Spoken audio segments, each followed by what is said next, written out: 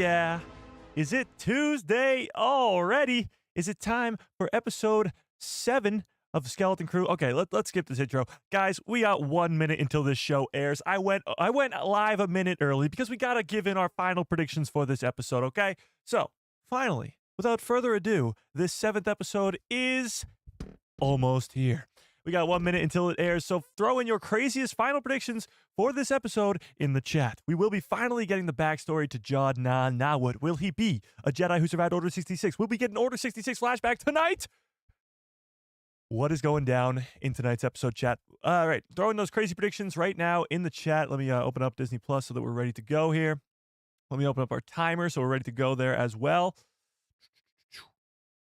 I know, I was in a rush today. We got here in time. Don't worry. We got here just in time. Just in time with 1 minute to spare. All right, the timer's up in the top corner. Oh, Rose with a very generous $5 holla says, I think the kids in the Onyx Cinder get recaptured in space, but Jod and the kids escape again on the Onyx Cinder to At Aton with pirates in pursuit. I like that quite a bit. It's possible that they both arrive on At Aton at the exact same time, and that leads to them maybe being captured again. Okay, it's 9 o'clock, so is it out yet? It must be out. It must be out, chat. Is it here? Oh, it's here. Oh, it's here. And I see Jod. We're gonna be in so much trouble is the name of the episode. 37 minutes. That 46 was a lie. Whoever said that. Okay, let's take a gander at this, shall we? All right. So whoops. Sorry, chat. You can't hear that. So don't skip any recaps. We are going to press play at the same time. Let's do this. Ready, set, go. Whoops. Go. An Old Republic mint. Don't skip the recap. Don't skip the recap.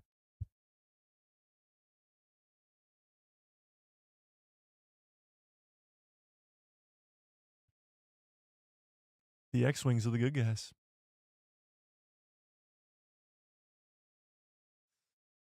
KB's the GOAT.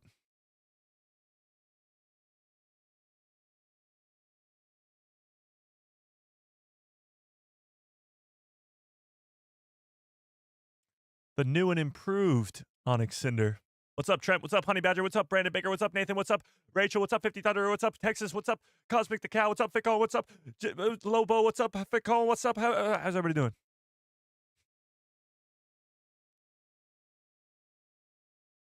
What's the plan, chat? All right, so if you didn't skip the recap is over.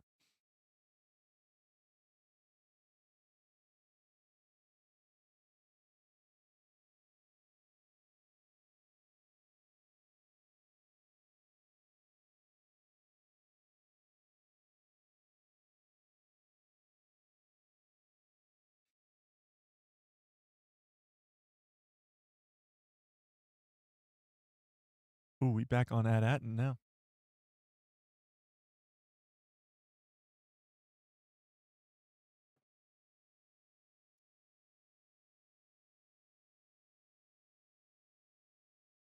Oh, the parents are up to something. What'd you say? Perry Raxus codes? I put my subtitles on.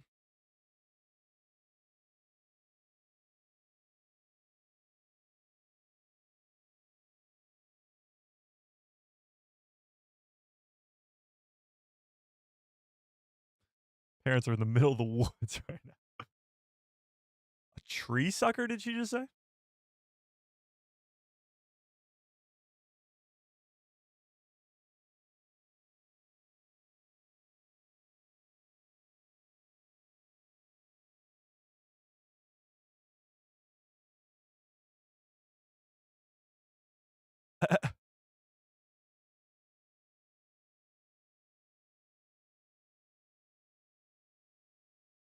Damn. They killed Neil's mom. No, I'm kidding.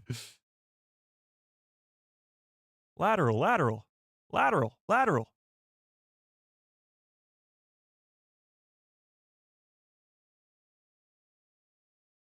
Throw me the whip.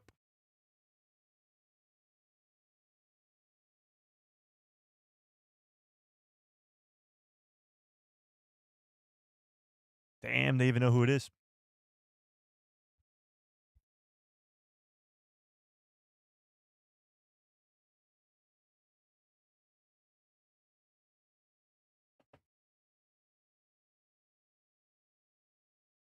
I bet you she says, if you hear this. I bet you all $1,000 she says, if you hear this.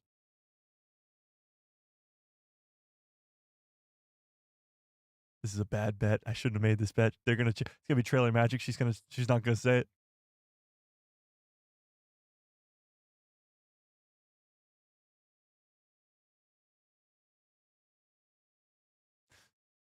I bet you at some point over the next 2 episodes, she says that. I didn't say she'd say it right there. I said she'd say it at all. I said she'd say it. Chat. The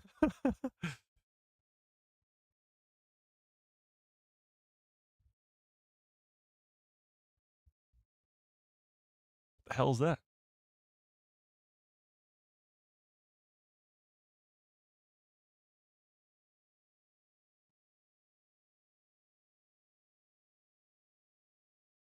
Wim is not happy about it.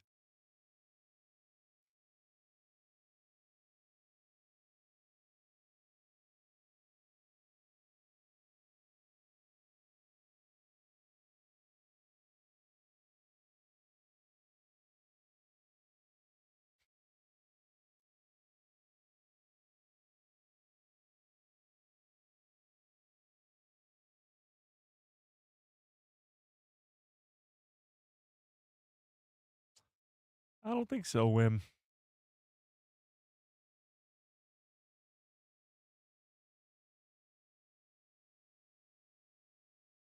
Don't say that.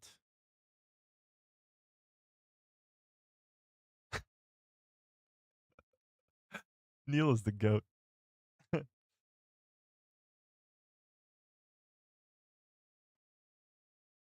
You'll be fine.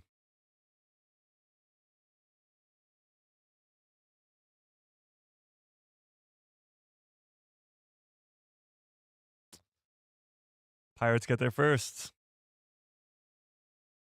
Interesting.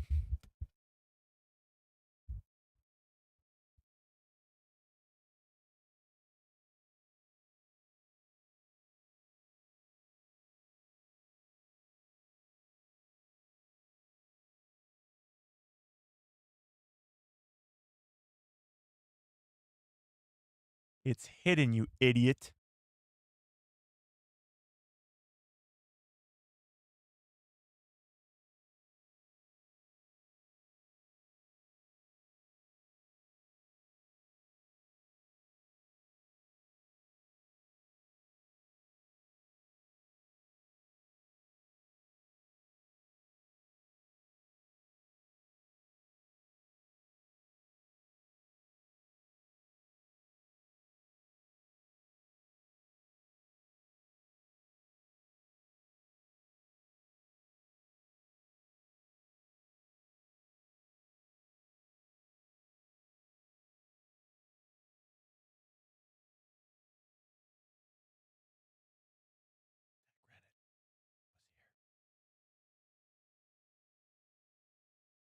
Check the log.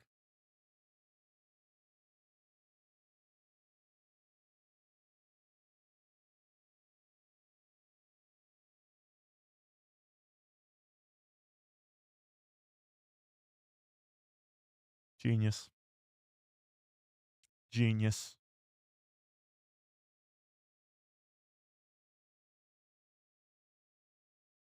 Well, you really got nothing else to lose.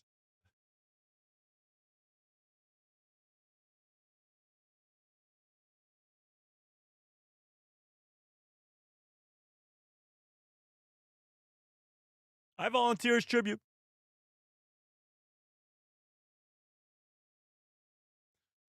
No, not this guy. What's his name? Glurb? Glurb, you have so much to live for. Oh, that's pretty cool. Wait, what? That ship is sick.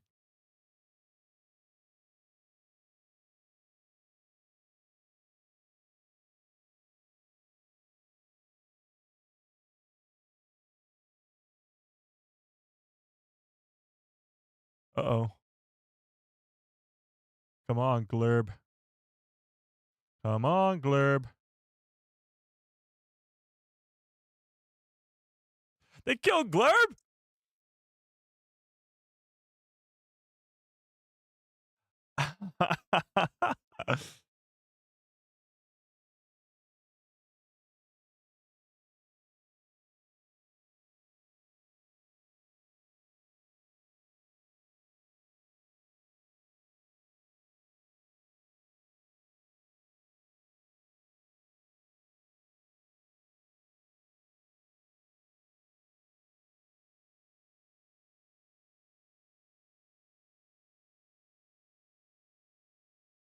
Oh, this lady saves him again. It's the kids. They back.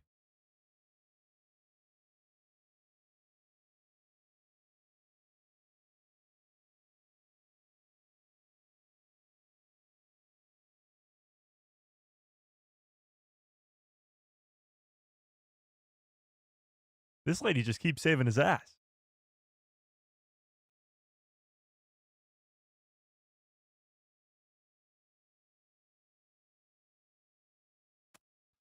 He's not wrong there. It has been to At Aton before.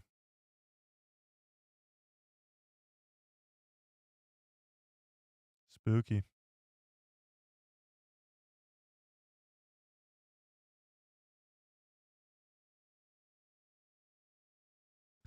And just like that.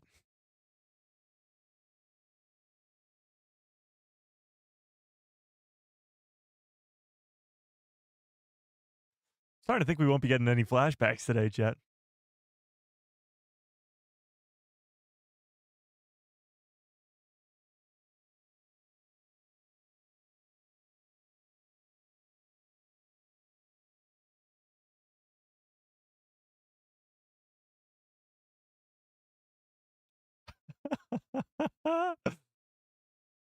John's the best.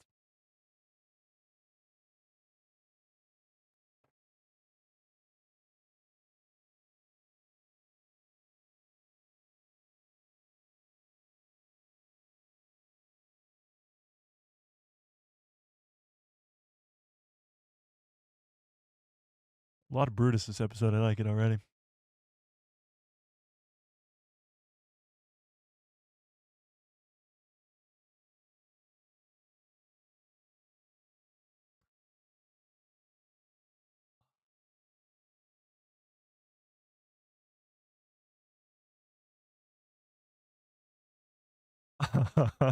KB. Uh-oh.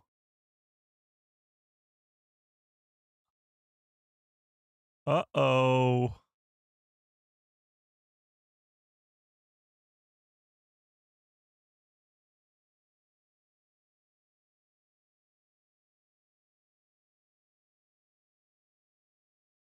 She gonna kill Brutus?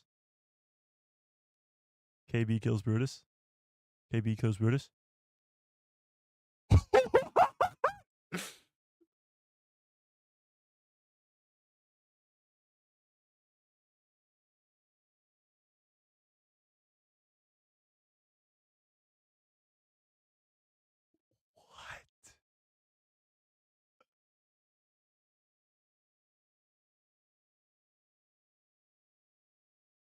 Just when I thought we were getting a lot of Brutus.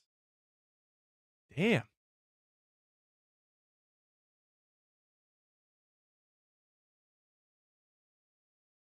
Gunta.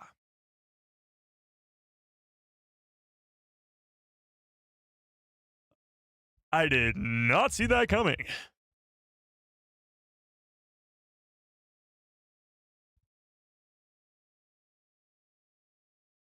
That's a cool shot.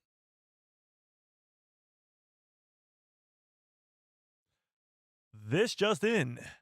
That was crazy. That's crazy.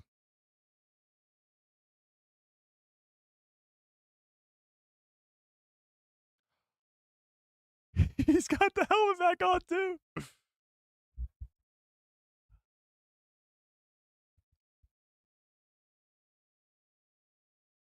Damn.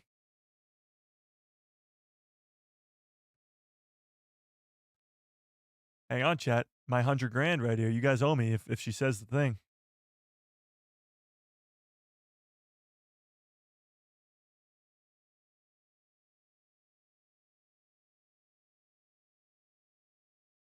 That's what you're gonna start with?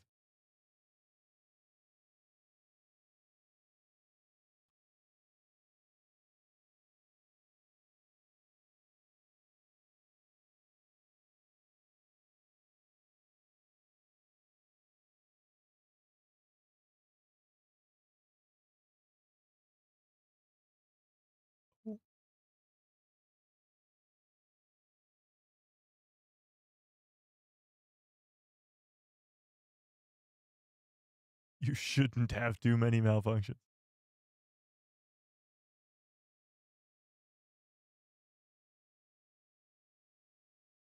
Neil's dad looks like a badass.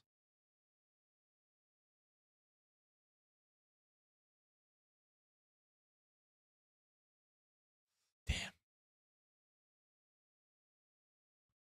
William's dad didn't say anything?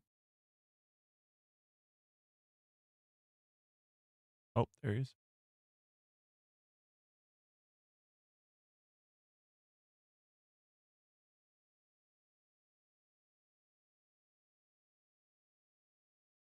A Republic emissary?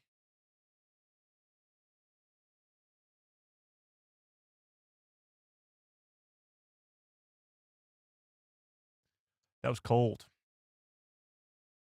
That was cold, chat.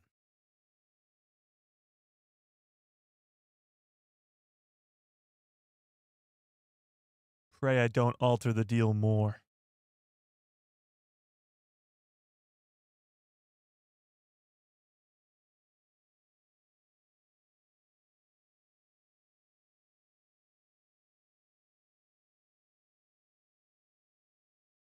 Hostages.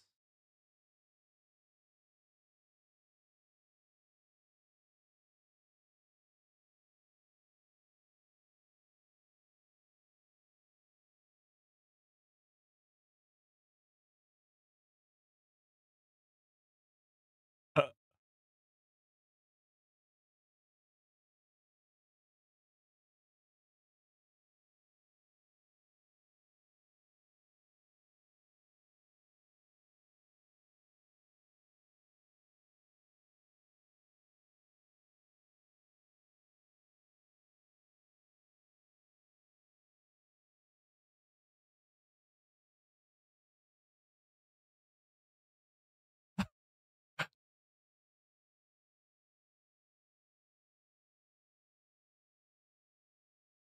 unclaims his.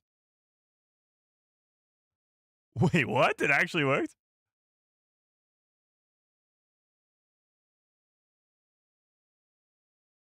Oh, wait, what?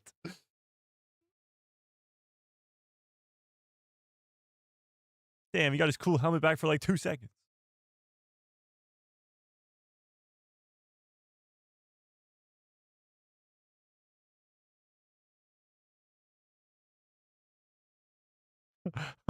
No way. This droid's broken.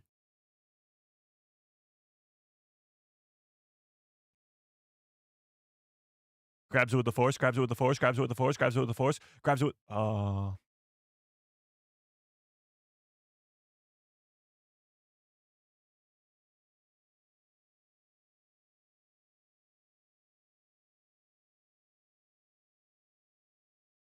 Imagine Jaw just grabbed it out of the air with the force. It would have been crazy. Uh oh.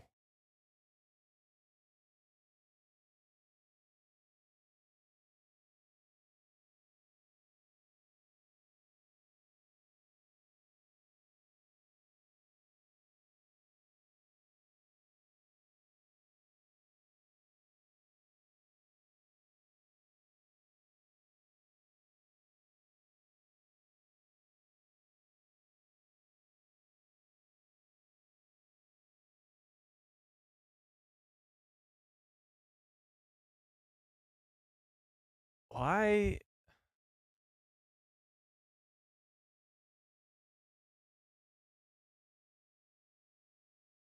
It's one of the old Republic ships to get back through. That's awesome.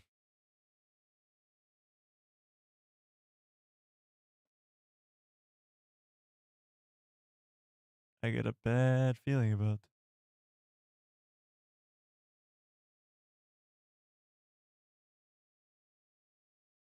That's cool.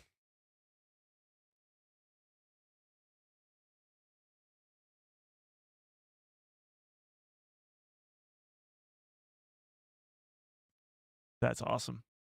He probably stole it from another one of the planets. Whoa, it's really in the middle of this thing. I thought it was like right up against the atmosphere.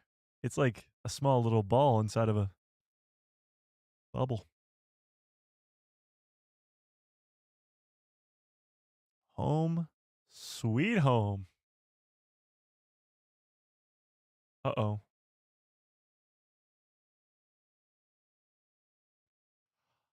Oh, makes so much sense now.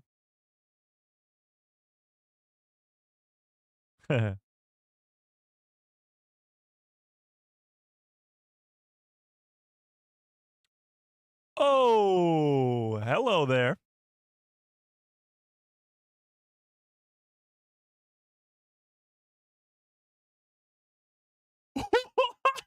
Just dropped off Ben's head with a lightsaber.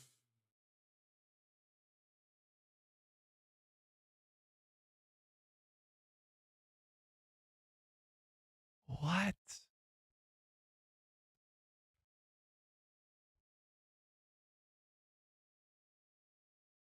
Oh, I thought he was gonna step on him and kill him too. That would have been crazy. Chat.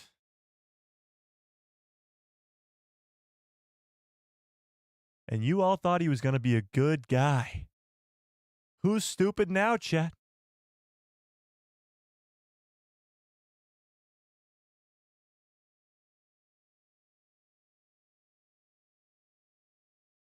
It's not gonna get through.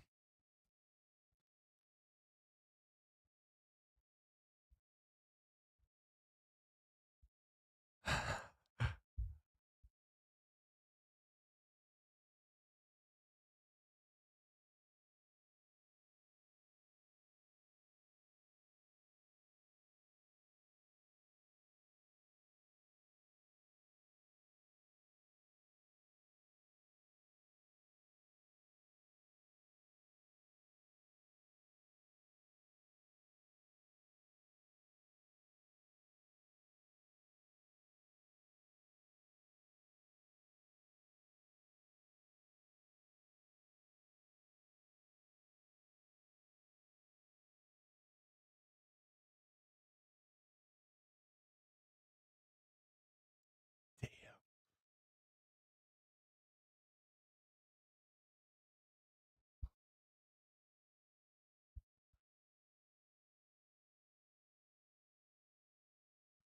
John's a good guy. Me.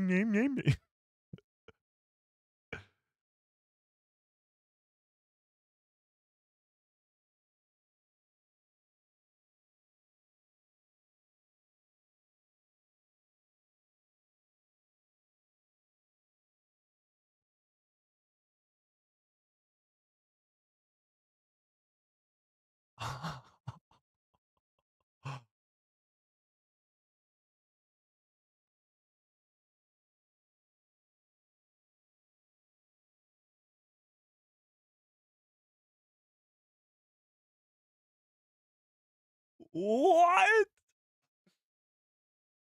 This guy's a madman. A madman.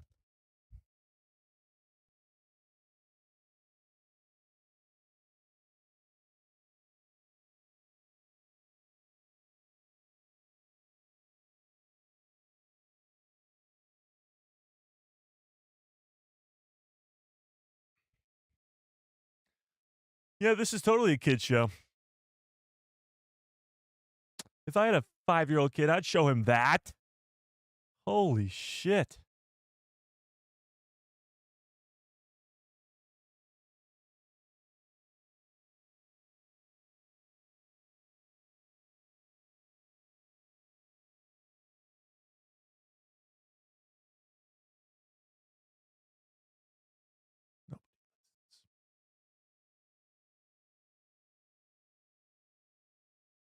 Uh-oh.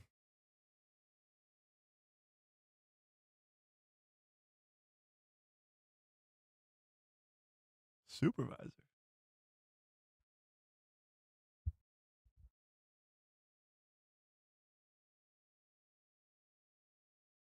Uh-oh. Supervisor sounds like the Wizard of Oz.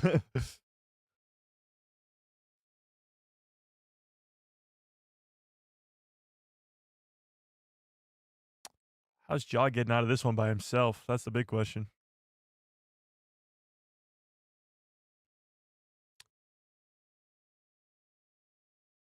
Oh my god. Has a ship ever landed here? These people have no idea what they're doing. Run. What are you doing? Get off of that.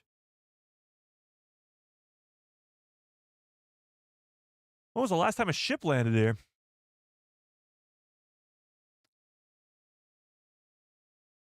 Oh, you are not going anywhere, Judd. You are locked in. There's your scene. What's the plan here, Judd?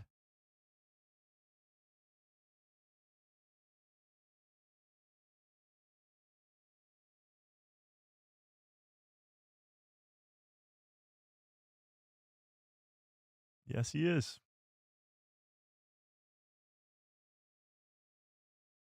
4 waves.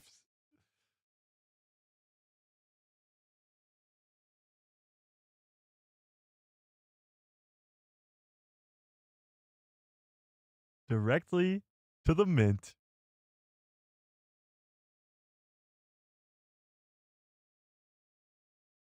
Sounded like Tarkin. The mint's underground.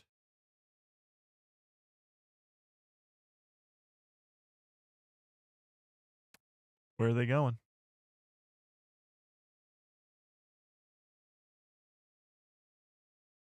Where are they going? Holy crap. What the hell?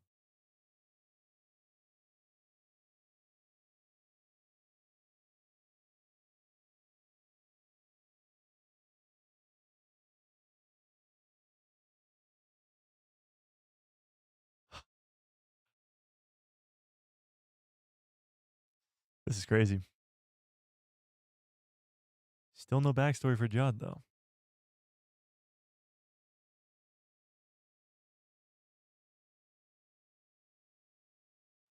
Like a nuclear reactor or something.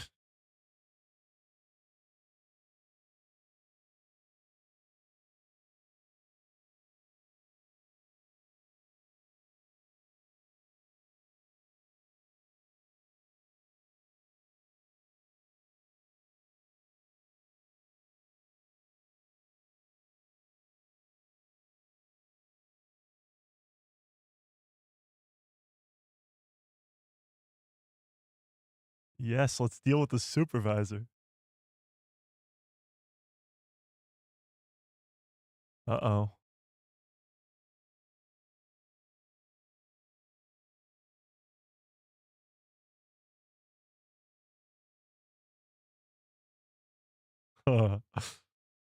That's so cool.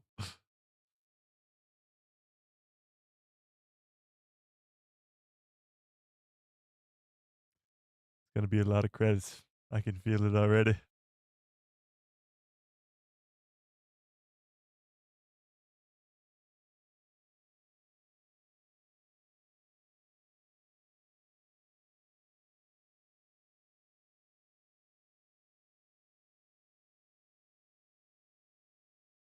Nine.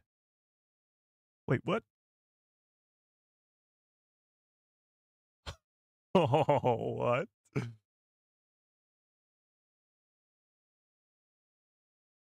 That's a lot of credits.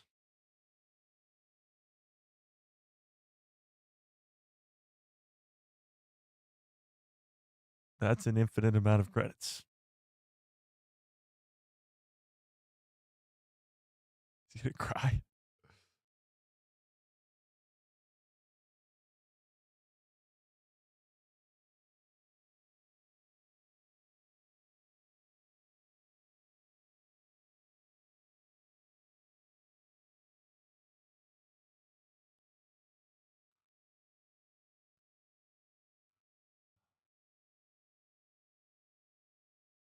It's crazy. the supervisor? The parents.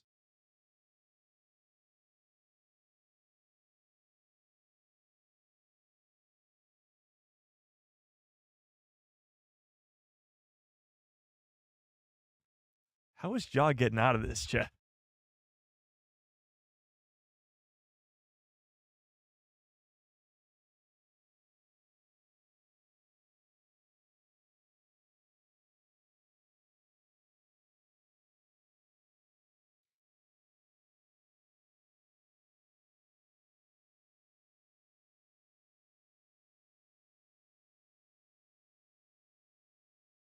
Uh-oh.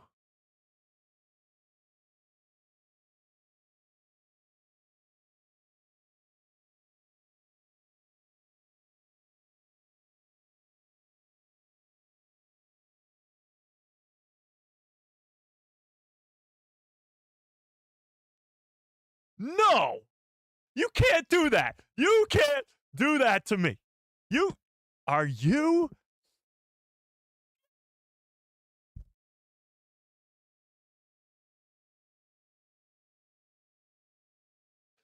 Son of a nutcracker, come on.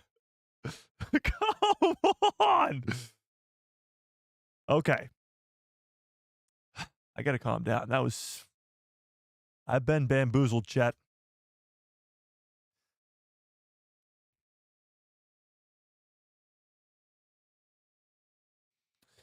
Okay. Okay, chat. Rank this episode out of 10. Tell me what you think in the chat. Why do we rank episode 7 of the Skeleton Crew show out of 10? Let's get rid of that timer. Let's put this over there. Put that over there. Let's exit out of that. All right, let's do this. Hang on, chat. Put this over here. Put that over there. Rank this episode out of 10 in the chat if you have not already. If you're just now coming in, rank the episode out of 10. Let's put up a poll in the chat too while we're at it. Holy crap. Holy crap. All right, let's do this. Let's do this. Put up a poll here. What did you think of Skeleton Crew episode 7? Did you love it? Did you like it? Were you like, meh, I mean, it's all right? Or did you hate it? What do we think, chat? What do we think of episode... Why does it say that? Oh. What did you think of episode 7 of the Skeleton Crew? And if you're just now coming in, as I see a lot of people filtering in right now, rank the episode out of 10. Holy crap, these are some high scores. 10, 10, 10, 8.5, 12 out of 10. Wow. 8, 8, 7, 9, 9, 10, 10, 10, 100 out of 10. Holy crap. Hey, I was kind of right. Nice. You were kind of right. So John is a bad guy. Oh, so they admit it now. A couple hours ago, it was like, Mike's crazy. He thinks John's a bad guy. Oh, it feels so good to be right. Now, of course, I don't tend to do that a lot, but John's a bad guy. I mean, there's no ifs, ands, or buts about it. He murders Brutus in cold blood and chops SM-33's head clean off with a lightsaber. Oh, holy crap, that was awesome. Now, strangely enough, we did not see any backstory for Jod. And that is very weird because we talk about how Jod's backstory, and Jude Law has said it in interviews multiple times, that his backstory is extremely important to his character. Where he's from, his home planet, and what happened to him as a kid is extremely important to his story. So if it's not in episode 7 when we learn that, well, then it's in episode 8. Why he's such a bad guy, how he knows how to wield the Force, all that needs to still be answered. And now we got to know who the supervisor is. We got to know how Jod's going to get out of this. Is he really going to slice and dice their parents down? Like, there's so many unanswered questions going into the finale. And the finale better be an hour and a half because right now it seems like there's not nearly enough time to tell all that story. I don't know. It's weird. We don't need an effing backstory. I mean, we do. Here's the deal. You got a Force user, a dark side, at least from the looks of it. A dark side Force user with a lightsaber. He needs a backstory. There's just no ifs, ands, or buts about it. The fact is, he is a pirate, yes, but he had to have some sort of upbringing where he learned the Force, and it was sort of a dark upbringing. That is important. Even if he wasn't a Jedi during the time of the Jedi Order, if he was on a war-torn planet as a kid, like, that's important and needs to be told. Yeah.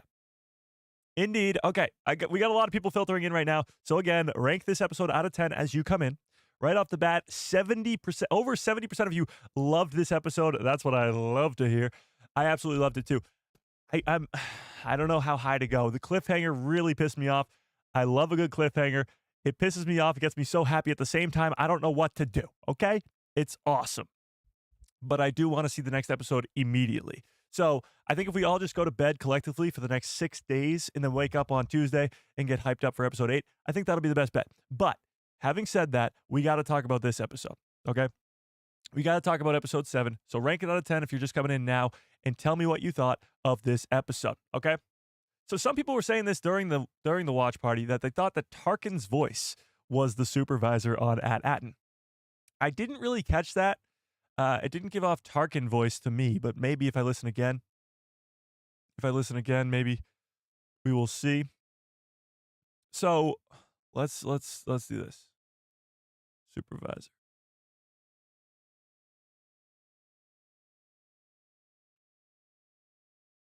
It's kind of like Tarkin. It's like an imperial voice, kind of. It's like a Coruscantian voice, a more official voice, kind of. Yeah, so it's not Tarkin, obviously. Tarkin was not alive when this planet was hidden all those years ago, but it is a very sort of imperial Coruscantian voice. Because Coruscant is, of course, the core world of everything. Yeah. It's a sort of a British accent, but it's not Tarkin. I get the confusion. It's a male voice. It's a British male voice. Tarkin is a British male, so, you know. Yeah. The droids are the same as the Camino people? What do you mean? What do you mean? I was right about them getting recaptured. Yes. So let's just do a little rundown of the episode. So it opens with the parents trying to send off that beacon, that buoy, transmitting buoy, outside the barrier. They crafted this thing in the woods. It's crazy. They get gunned down by the security droids because they're not supposed to be doing that, and they eventually send out the buoy. The pirates arrive first. And Jod is fighting for his life to stay alive here. And again, that woman, whoever that may be, saved his ass again. He was this close to being sent out the airlock, and she saves his ass again. But they send down Glurb, R.I.P. Glurb. Glurb goes down in his fighter, and he goes kaboom. So Brutus doesn't believe Jod anymore. And by the way, we got a lot of Brutus. And almost instantly after I said, we are getting a lot of Brutus in this episode, and I'm loving it, he dies. So the kids come out of hyperspace. They get put in a tractor beam. They're so happy about being home, and then nope. They go back. Glurb shitto. Funny. So they get captured again by the pirates.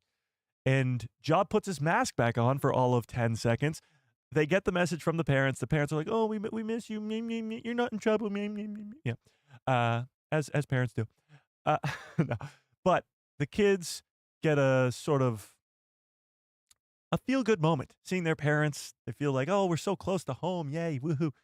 And then they fight back against the pirates. We get this unclaimsies scene. Now, I can already tell, the people who don't like this episode are going to really focus on two things. One, how short it was, because yes, it was only 37 minutes. But two, the unclaimsies. The fact that SM33 came back onto the kids' side because of unclaimsies. I can already see people complaining about that. I thought it was funny. I thought it was cool. Whatever. So unclaimsies and SM33 knocks Jod out. Boom. And the rest of the pirates. They take the ship back. And how did Jod get back on the ship? Can we talk about that? Any ideas, chat? How did Jod get back on the ship? Isn't he looking as it blasts off? Hang on, let me see if I can rewind here. We definitely got the darkest moment in this entire series in this episode.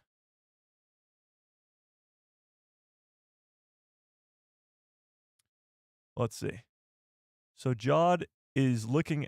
He wakes up, takes off his helmet, and looks as the ship is powering up. And then he gets up. Okay, yeah. So SM-33 hadn't even powered up the ship yet at that point. Okay, yeah, so he had time to get on the ship. That's okay. Yeah, that makes sense. So we did get the darkest moment of this entire show thus far. And Force Sleep, I would have loved to have seen that. I would have loved to have seen that. Or Force Speed, that would have been cool too. Yeah, now the speculation can run wild. He didn't really have that much time to get back on board, but he did anyway. So I'll show you what I mean, what I'm looking at over here on this other screen. So Jod gets knocked out, and he wakes up to hear the engine. Oops. To hear the engine is powering on. By the way, Jod's mask is so cool. Or Captain Silvo's mask is so cool, and we only got it for like 2 seconds. All right, so when you look at this frame here, you can see Jod is here, and the ramp is still open. So the ramp is still open on the Onyx Cinder, and he looks back, as you can tell right here. He looks back to see that it's powering up. In the closed captioning, I believe it says Starship powering up, and he says no. So then it cuts to Fern inside saying, SM-33, take us home. Yeah, get us home, SM-33, and he says it'll be my honor, and then he powers up the ship, pressing all the buttons and everything. So he does have time to get on the ship, because then the next frame we see from this is, if I can get to it here. Nope, before that. Oh, maybe not. After that? I wish it was, whatever. Then we see it taking off there. So we did have enough time to get on board. Maybe if you use some force speed or force jump or whatever. He did have time to. But then we get probably the darkest, or well, actually we get them going through the barrier, which was crazy. And we learn that Captain Tack Renard stole one of the Republic or Old Republic ships off of maybe another planet. Probably not At Aton, because how would you get to At Aton in the first place? So he probably stole one of the ships from At Akron or one of the other 8 hidden planets, and that's how they were able to enter the atmosphere. There is no other way to get into this planet except for with a Republic ambassador's ship. Now, the weird thing is, in the transmission from Fern's mom, she says, if you need help, go find a Republican embassy. Easy for me to say. A Republic embassy. Do those exist anymore? It's the time of the New Republic. The people of At Aton don't even know about the Empire or Palpatine or anything like that. So, does the Republic embassy that she speaks of even exist anymore? When the Onyx Cinder lands on the planet, they have no idea what's going on. The people are literally standing on the spot where it's going to arrive. So, emissary, thank you. Republic emissary is what I was looking for. So they don't even know that a ship can land there or does land there. So clearly a ship hasn't arrived on At Aton in a long time. A long time. Which is weird. So maybe the Republic, or the New Republic, I should say, don't even know that At Aton exists. The question becomes, who knows about this planet? Did the Empire? Did Palpatine? Does the New Republic now? Because it doesn't seem like it. These people haven't had visitors in who knows how long. So we get this cool look at Aton. It was more of a small ball inside this massive storm around it. I thought it was just going to be like the atmosphere of the planet looked like that sort of nebula, but it wasn't. It was like deep inside of it. And then we get the darkest scene of the entire series thus far. Jod slices off SM-33's head, which was mind-blowingly cool. I love SM-33. He was my favorite character in this show at one point. It got overtaken by KB. KB is still my favorite. Jod is climbing the ladder very quickly, even though he's a bad guy. Love a good bad guy. But he chops off SM-33's head. Absolutely wild. R.I.P. SM-33. I don't think he's coming back from this. Maybe he will. Maybe the kids can sort of get together if they beat Jod and piece him back together. It could happen. Only his head was decapitated. There's a fix there. There's a fix there. Yeah, exactly. Ask C-3PO. C-3PO's lost his head before. He can be rebuilt. But the question becomes, will the kids defeat Jod in the finale? It's going to be interesting. I don't know how this is going to end. We have one episode left, and it's very strange to me that I have no idea how it's going to end. It's pretty wild. But having said that, we get the darkest moment of this entire series, and probably one of the darkest moments we've had in Star Wars as of late. Probably, I mean, the Acolyte, Chimere did just kill like 20 people in that forest, but chopping their heads off, snapping their necks. Okay, it's the darkest moment since Chimere in the forest. We'll go with that. As Jod just absolutely lays into these kids, like just dark, man. I mean, it's dark. There's no other way to describe it. It was dark, okay? And he tells them that he's going to chop their parents to bits, and that foreshadows the ending when he ignites the lightsaber with the parents there, and it's like, what the hell's going on here? But we get that scene, and then we get them landing. And like I said, when they land, these people are standing there. These people are standing where they're going to land. So clearly, and there's grass over it too. So clearly they have no idea what's going on this planet. The people, the citizens of At Aton, haven't had a visitor in God knows how long, because they don't even know where they're going to land. We get some more crazy information after this as they land and they go straight into the Old Republic Mint. This looks like the Mint itself, I think. It looks like whatever's going on here with this reacting thing, it's spitting out credits maybe down here somewhere. Not too sure how this works. Gonna have to take a bigger look at it later for the breakdown. But they make it to the vault. And when they get to the vault, before they even enter, I want to see, yeah. So the droid says that there's 1,139 more of these vaults. 1,139 more of these vaults. And this vault is clearly stacked to the brim with Old Republic credits. I mean, just where my cursor is alone is probably like 1,000. This whole sort of square here is probably 1 million at least. So you're talking billions upon billions, if not trillions, of credits that have already been crafted. Not only do you have the way to craft more, but you already have billions upon billions upon billions of credits that are already just sitting there in 1,139 vaults. That's crazy. That's insane. So we get that. That's pretty cool. Jod removes one and they all start falling and he starts celebrating. And then we get the parents and the kids reunion. It goes great. Yeah, woohoo, we made it home. Yeah, yeah, yay, woohoo, yeah, yeah, we did it. And then Jod comes in and ignites his lightsaber. I mean, come on. I mean, come on. Is he going to just cut off all their heads? I don't think so. But what's he going to do? Are the security droids going to stand for this? Him just igniting a lightsaber? I don't know how he's going to get out of this, chat. I really have no idea. I don't know. He'll pretend to be a Republic Jedi. He could. He definitely could. But the kids are going to immediately say, no, he's not. The kids are going to cry and beg to their parents that he's a bad guy. He's going to kill you all, blah, blah, blah. You know?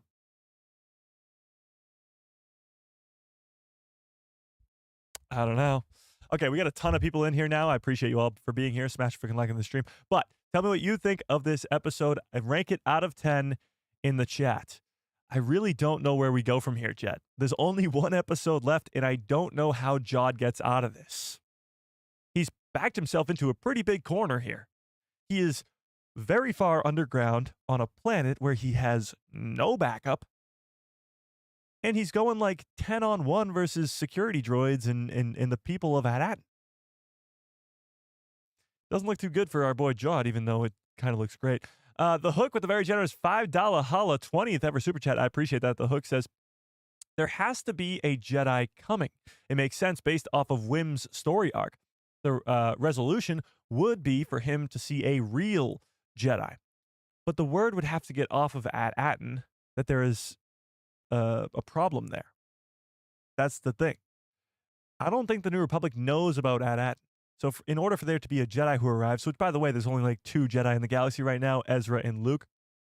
But in order for one of them to arrive, they would have to know about At Aton's existence and know that it's in trouble. And know that it's in trouble from a Force-sensitive, lightsaber-wielding character named Jod. Who, by the way, we got zero backstory on, and we don't even know his real name still. The mystery of Jod needs to be explained. I see a lot of people in the chat saying he doesn't need a backstory, he doesn't need a backstory. He does. He absolutely does. You can't just introduce a bad guy, Force-sensitive, pirate, badass lightsaber wielder and not give him a backstory. Even if it's as simple as he's not connected to the Jedi, he's not connected to the Sith or anything like that. He just grew up on a war-torn planet. He somehow learned to wield the Force. That's important. And whatever made him the bad guy that he is, like, that needs to be told.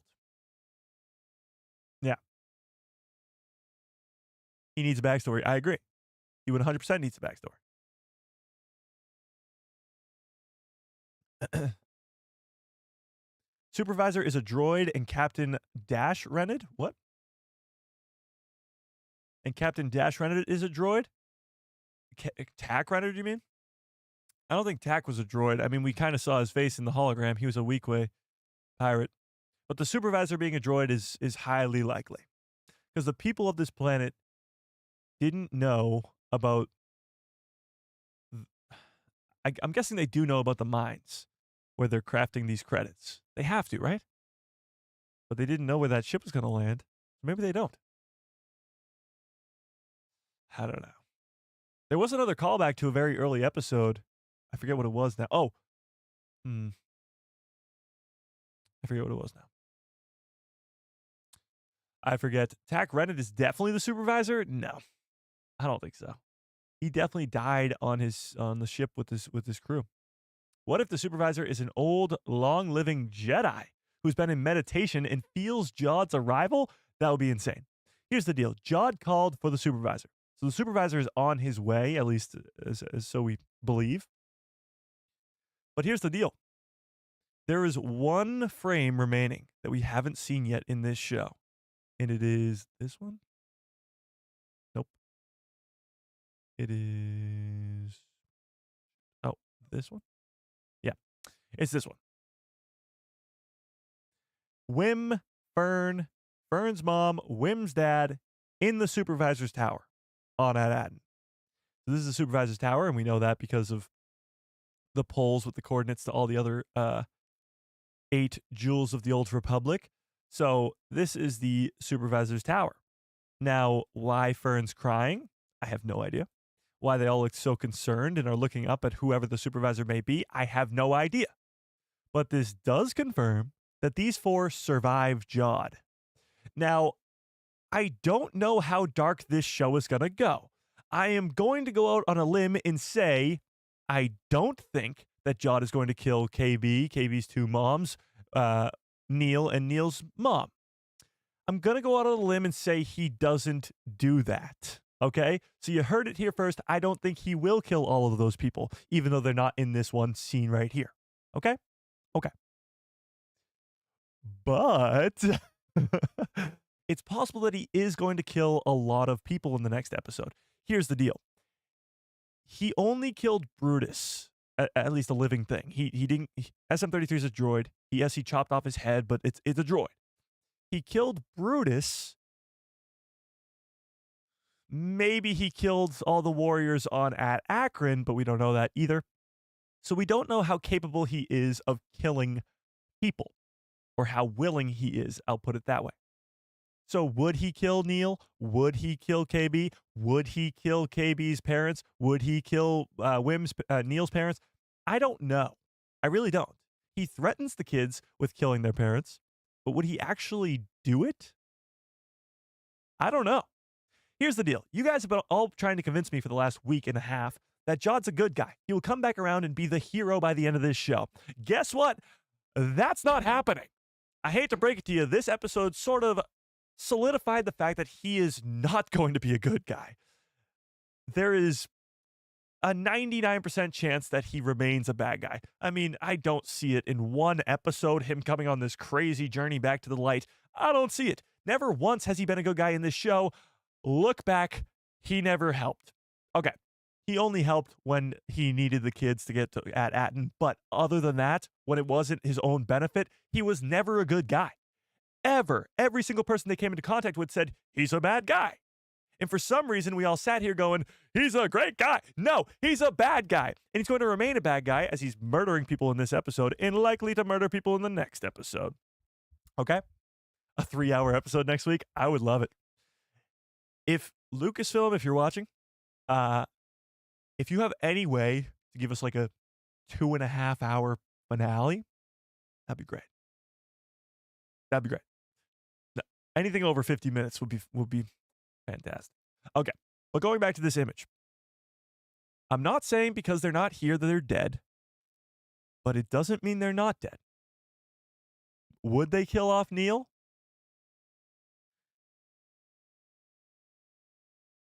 I'm going to say no. I'm going to say no.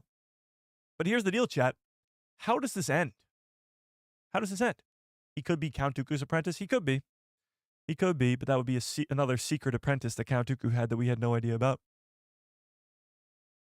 Star Wars Politics was up, says, calling it right now, whim saves the day. I could see that. Somehow, some way, the kids are going to save the day.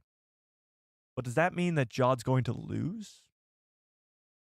Right now, Jod sits by himself on At Aton with security droids that only believe him to be a Republic emissary.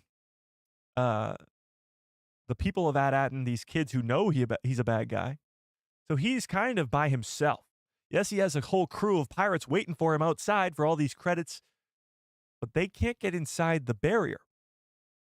So the question now remains, how is Jod going to pull this off? How? How is he going to, one, turn off the barrier? He's going to have to go to the supervisor, which could lead to this. Maybe Jod takes all of them prisoner, the parents and the kids, takes them to the supervisor's tower and convinces or kills the supervisor and turns off the barrier. That could happen. But again, how does this end? We've been talking about what the end game looks like for this series for a couple weeks now. And from what it looks like, I have no idea. We are 7 episodes into an 8-episode series, and I have no idea how it's going to end. Think about that for a second. That's crazy. So do the security guards believe him to be a New Republic emissary? Do they still think that they are going to or do you still think they are going in the Old Republic? It's the Old Republic. It's 100% the Old Republic. By Old Republic, though, it might not mean the Old Republic, but it could be meaning the High Republic era or just the Republic era. But it's definitely not the New Republic era. This planet hasn't been visited in quite some time. They have 1,139 vaults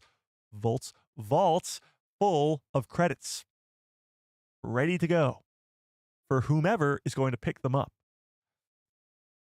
Nobody's come to pick them up. The other 8 planets that they've been working with or working towards, the great works that they've been working towards, are gone. The other 8 planets have been destroyed. So all these droids are programmed to be waiting, creating credits and waiting for people to come pick them up. But they aren't coming because they don't exist anymore.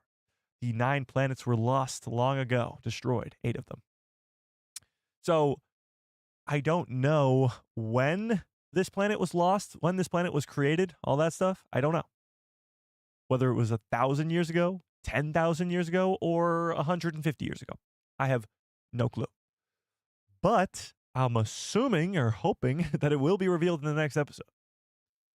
There's a lot that needs to be revealed in the next episode, let's be honest.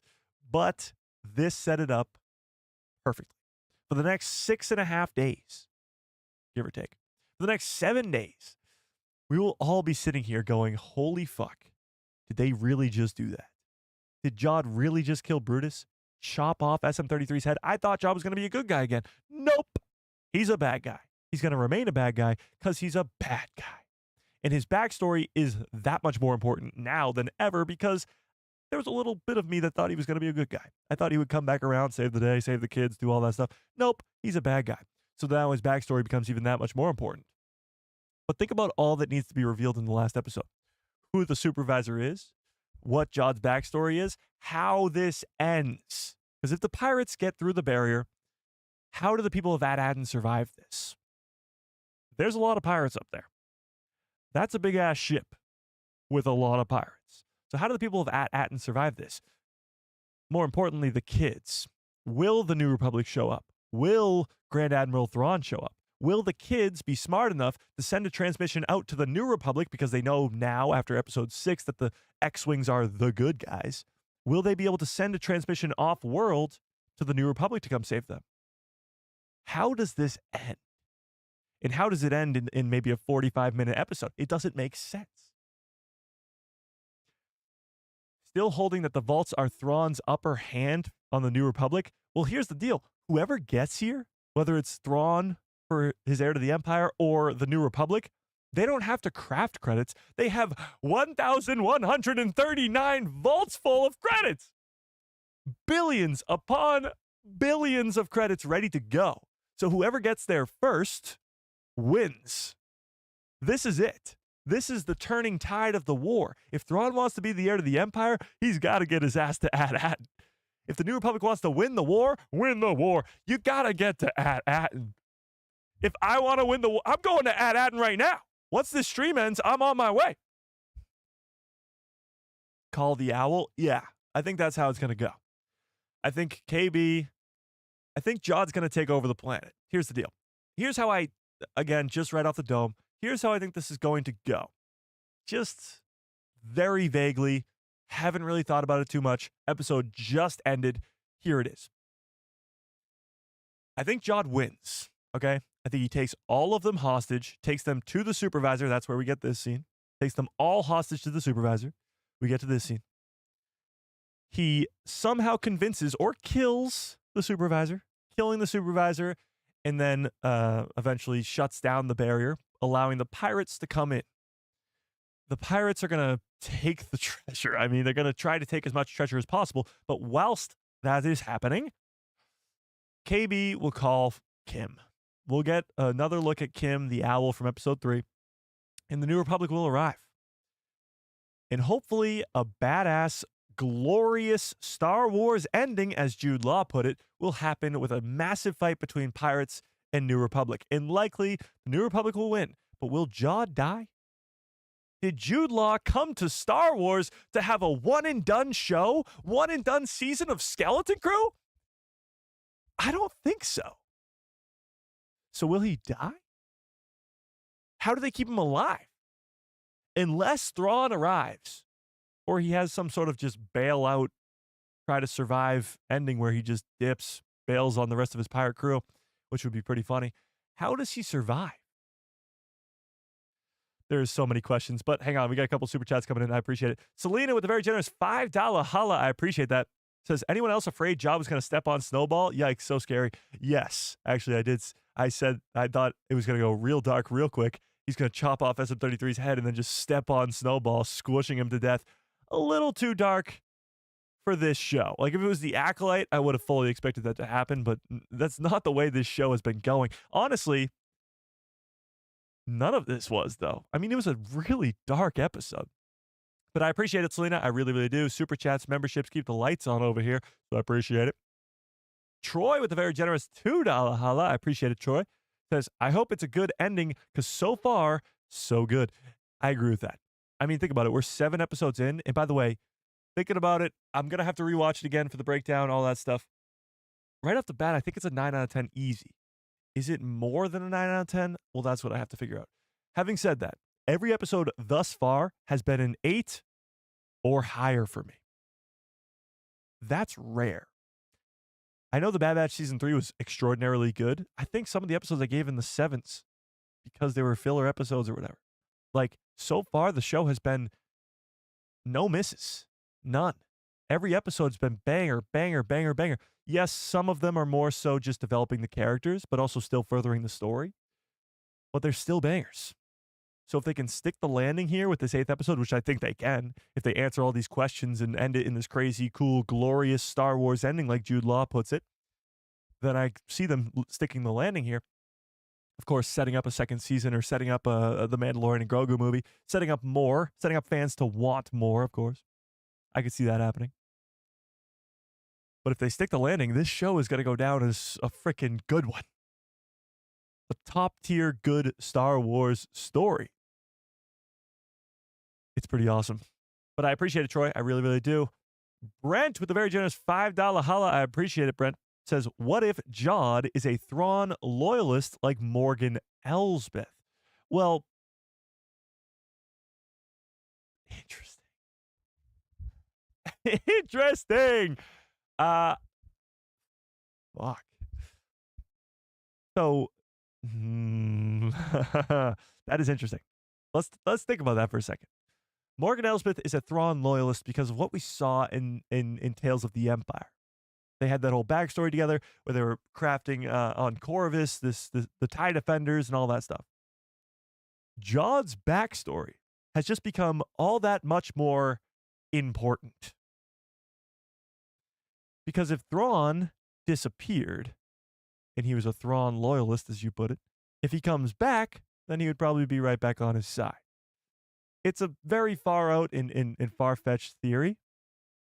But if the Empire arrived, and Thrawn arrived, I should say, on the planet where Jod grew up on,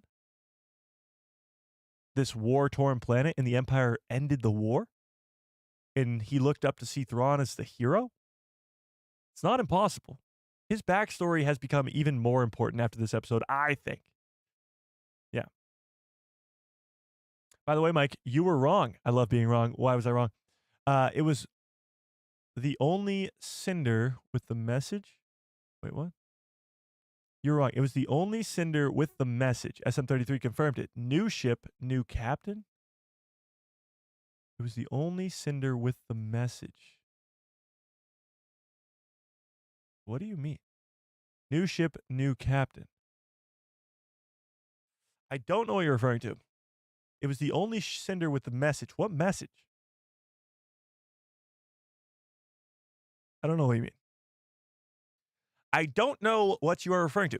David with a very generous $5 holla. God damn, guys, you feeling extra generous tonight. I appreciate it. Says, Jod as a pure villain is way better and more entertaining. Seeing the blue lightsaber do evil deeds is strange, but I like it. Brutus impression, please. I'll give you a Brutus impression. Actually, he didn't really die like that. It was more like a...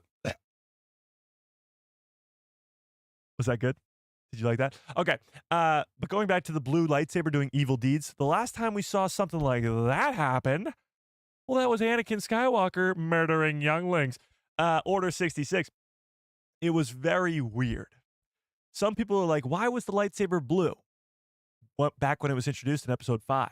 And I was thinking the same thing. You could have given us a yellow lightsaber because it's new, High Republic. You could have given us purple or red or anything, really. But it was blue. And now it becomes kind of more clear. The blue lightsaber is very important because it tells everybody when he ignites the lightsaber, it says to everybody around him that this is a good guy. But he's not. He is absolutely not. So it's sort of almost a camouflage for Jod that he has a blue lightsaber because he's not doing good things with it. We'll put it that way. Yeah. But I agree with you. Having Jod be just a pure bad guy, it's awesome. It's so cool. I like it a lot better. Yeah. I mean, Jude Law is such a good actor that he played like the sitting on a fence so great.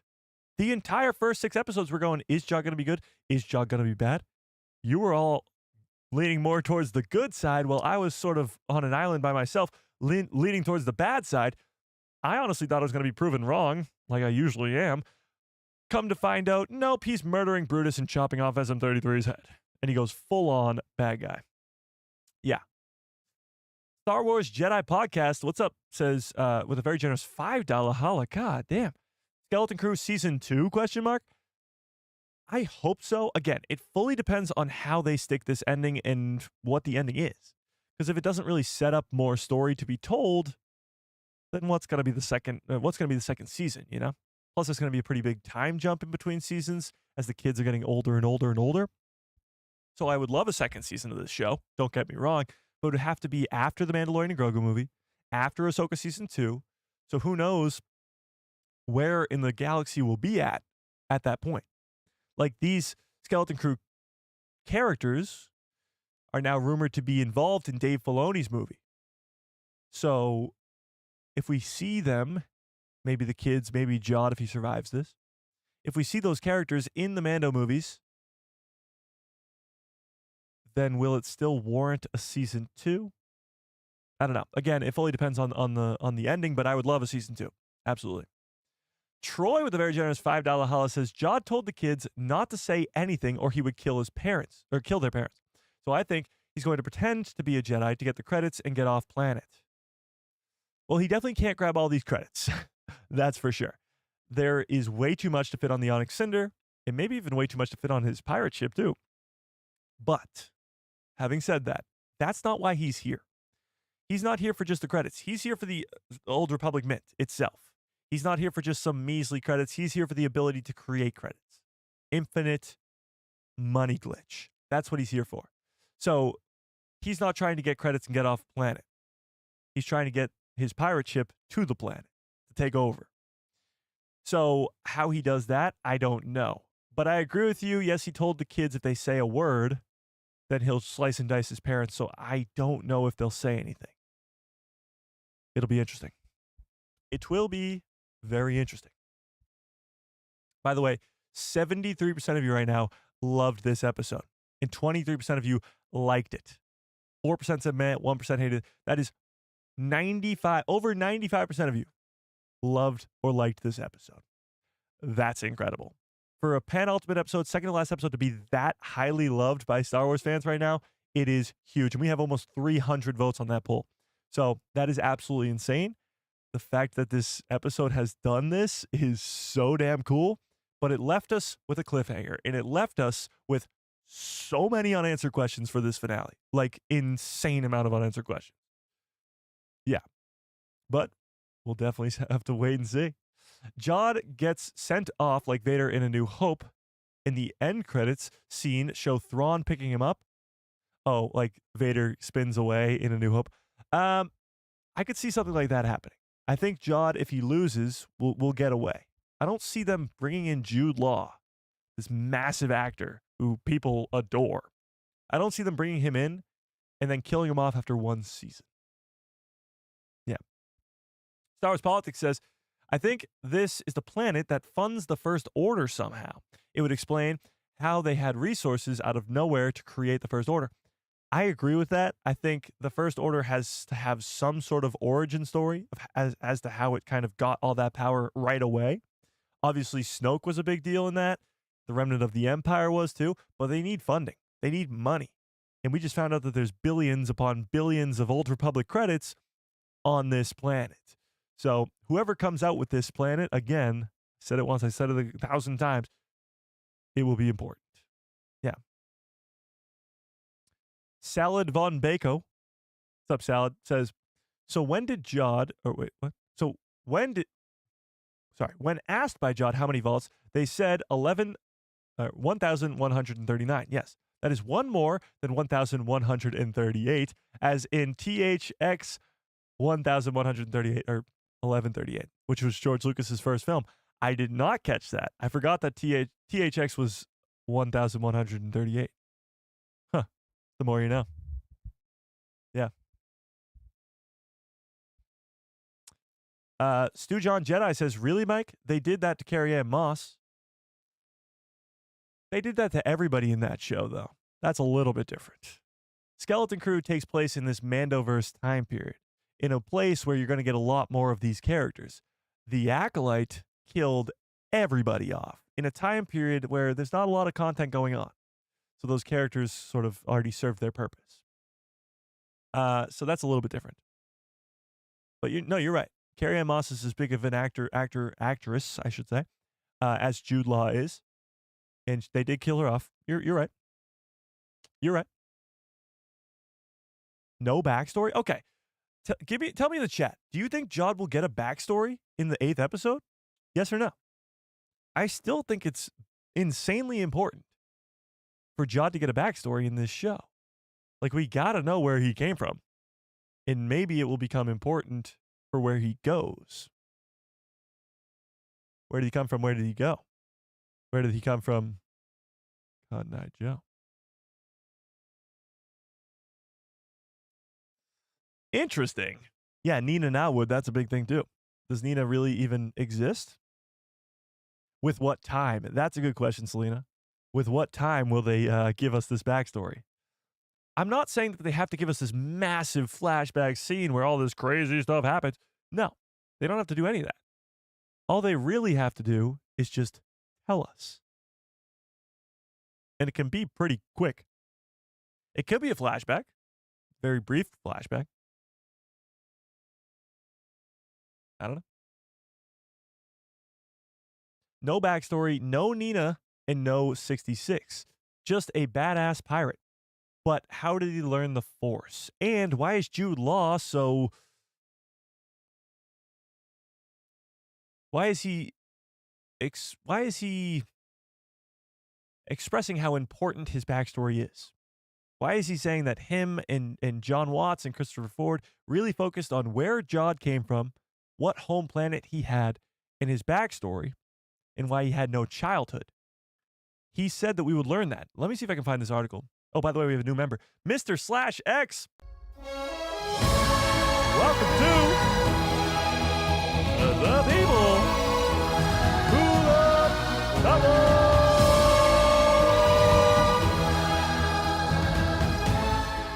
Welcome to the people who love Star Wars at the Padawan level. I appreciate that, Mr. Slash X. I really, really do. All right, let me pull up this article. So Jude Law said this. We talked about this yesterday, but let's pull it up again. It was Entertainment Weekly, right? Yeah, here it is. So he talks about this. So when asked in this interview,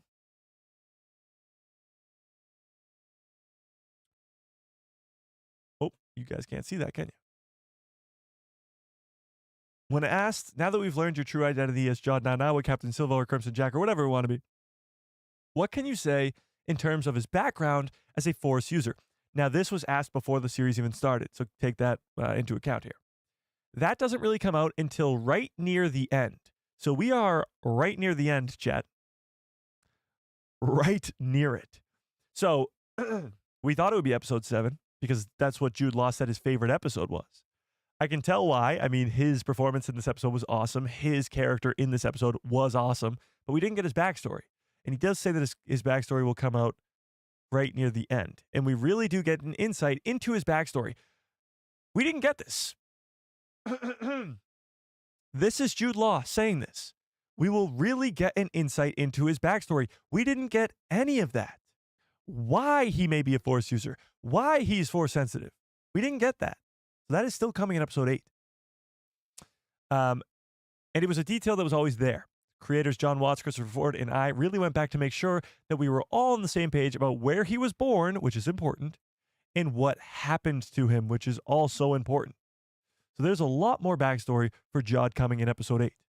Doesn't mean flashbacks. It doesn't mean we're going to see what actually happened to him, but an explanation will be given at some point in the 8th episode as to how, an insight into his backstory, but why he's a Force user or why he's Force sensitive, and where he was born and what happened to him.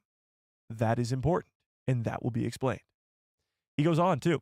He says it's kind of interesting, but a very revealing page in his past, I would say, is that he is not someone who had a childhood. We don't know this. Unless you are a Star Wars fan who reads all the articles, watches my live streams, does all this stuff. Normie fans don't know this information. They don't know that he didn't have a childhood. They don't know that his childhood was, quote unquote, snatched away from him. We don't know that. So if you're a Normie fan, you have no idea.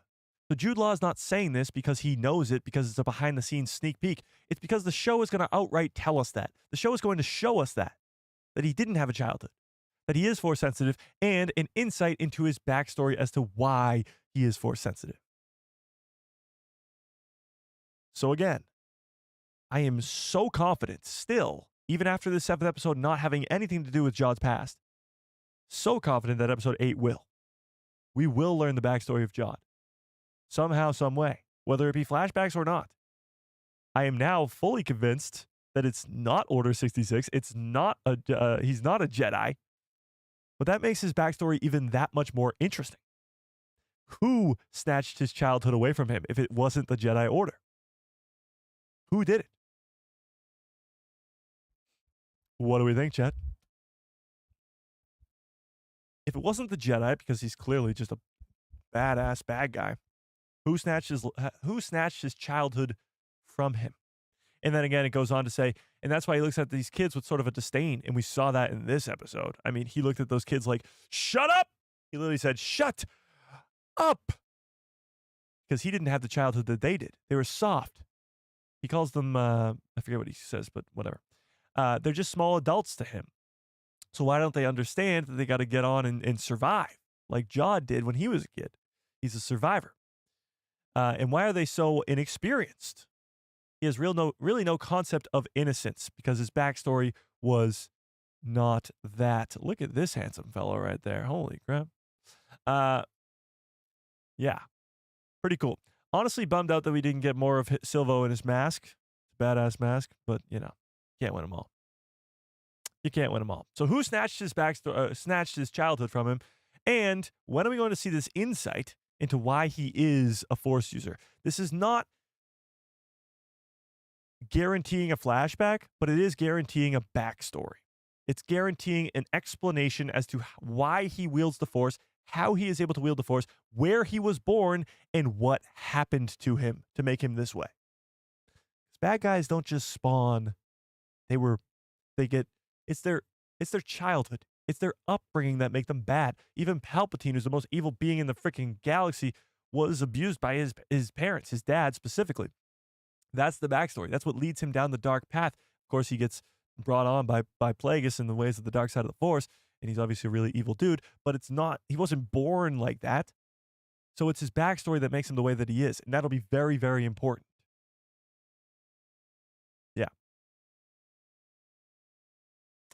I think he's an ex-Jedi that turned bad. Okay, I've kind of moved past that. I thought he was going to be a bad ex-Jedi who turned bad, but now I actually don't think so.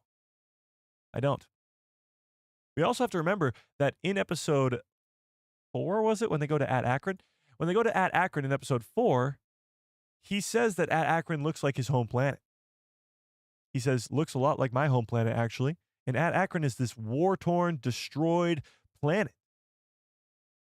And not only that, he remembers his home planet. Unless you're Anakin Skywalker, who was brought into the Jedi Order too old at the age of 9. Is Anakin 9 in The Phantom Menace?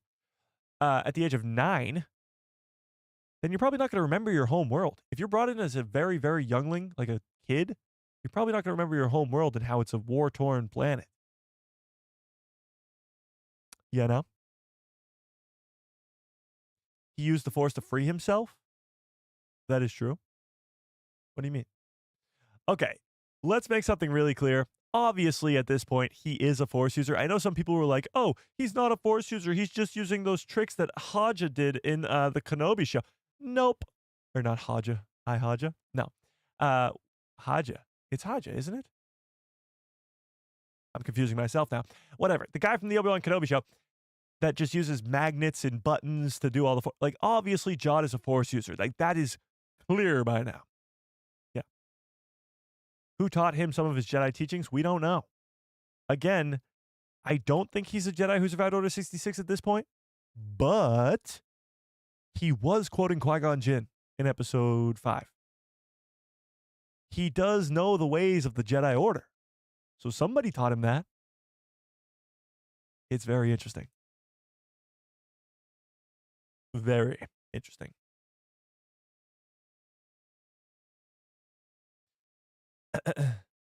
Jod will appear in the POW spin-off show? What the hell's a POW spin-off show? Can we take a moment to realize that At Aton is a planet in planet science is awesome? What? Palpatine was looking for Force-sensitive clone potentials. He might have been snatched up by Palpatine and experimented on. I think it relates to the Bad Batch somehow, and somehow Palpatine returns. I don't know. I don't know if this relates to Palpatine at all, but it is possible. And the only reason I say that it is possible, because I wouldn't have said this a couple days ago is because of this interview with Jude Law. We watched this during the live stream yesterday, but it is very important. So let's watch it again. So Jude Law, where is it? Here we go. Jude Law, in an interview that came out before with Collider, oops, let me unmute that so you can hear it. So in this interview with Collider, he's asked about his character. Listen to this. Me, but by doing that, it pushes the relationship with the kids to a whole new level. Oh, he's talking about episode 7 here. So let's take a look at this for a second. Season is 8 episodes, or the series. I don't know if it's going to have a second season. Which is your favorite and why without... So he's asked what his favorite episode was. He said episode 7 here, but he gives an explanation as to why, and it's pretty cool now, knowing what happened in episode 7. Spoilers. Okay, I've only seen them through once, so that's quite a hard question for me. Because I've got to get it sort of... My favorite one, I think it's 7, because so much comes to a head and you find out an awful lot very quickly about my character. Not that it's all about me, but by doing that, it pushes the relationship with the kids to a whole new level. When he was saying this, I had a little thought of, is he talking about pushing his relationship with the kids to a whole new level by, like, he gets back together with the kids? Like, they're all going to be all buddy-buddy again? Nope, it's the exact opposite. This new level of his relationship with the kids is, I'm going to kill you now if you don't shut the hell up. That's it. I'm going to slice your head off with a lightsaber if you don't keep your mouth shut. Yeah. And it's just got some fun, funky stuff in it too. Fun, funky stuff? I guess. I mean, I wouldn't call any of that funky, but it was kind of funky. Hee. That's the hee I'm looking for. Can't wait for you to see it. What do Oh, and I saw it. I saw it you think indeed. fans will say after they've seen the finale? So we asked him what he thinks fans are going to say after they watch the finale. And again, we haven't seen the finale yet, but this interview is awesome. Spoiler free, of course. Yeah, I think they'll want more. That's what they'll say. They'll say, when can I get more of this? He does say, when's and then he stops himself. When's I want more of this. Some people think he might be saying, when's the Mandalorian and Grogu movie? Or when's the second season? And he didn't want to spoil it, so maybe he caught himself there. But he does say that we're going to want more. So however this ends, hopefully it's not a cliffhanger like it was this week. Oh my God, if it's another cliffhanger, that would be insane. But he does say we're going to want more. I think they'll be confounded and kind of, I hope, a little bit upset. He hopes we're going to be upset. Now, episode 7 made me a little bit upset just from the cliffhanger ending, but it also made me upset because Jod turned absolutely evil. It made me upset in a good way, I will say, if that's even possible, because I love him going full dark side. Like, it was so badass. And it meant so much more to the story. It meant so much more to the kids. But he does say he hopes we will be upset. Does that mean that he's going to die?